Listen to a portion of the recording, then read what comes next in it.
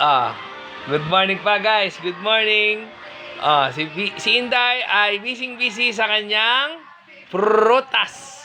Na talaga namang umiyak siya sa presyo. Prutas mo pala magkano na, Inday? 1.5? Ah? Oh. Paano mo naman guys? Bili niya, tiga-tiga lawa. Ay, ganun talaga. Oh. Ayun, oh. Tiga-tiga lawa, hindi lang tiga-tiga lawa guys. Oh. Apat pa naman sa anas. 1.5 nga talaga siya dyan. Ito pa, longgans. At least, mababawi natin. Yung maganda raw yan, di ba? Dahil ganyan naman papaswerte, di ba? Kailangan susunod tayo sa mga pamahiin. Pati itong mga to. Guys, kayo dyan, huwag kayong magtitipid pagdating sa ganyan. Minsan na sa isang taon yun, Iyo, guys. dali mo.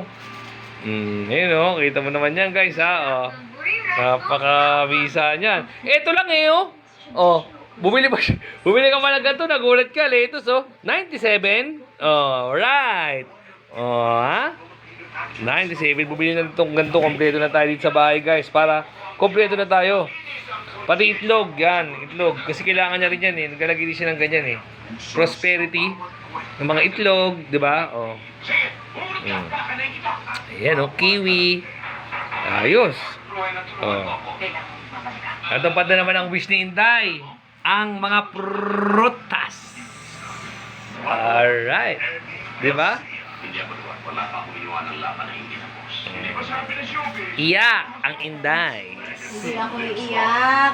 Ako naman guys, ito naman binili natin Pang crispy pata guys. Ang laki nito, bugs. Crispy pata. Pero bukas pa yan guys. Di ba? Ayos. Buong buo na. Salamat sa Scatter! Alright.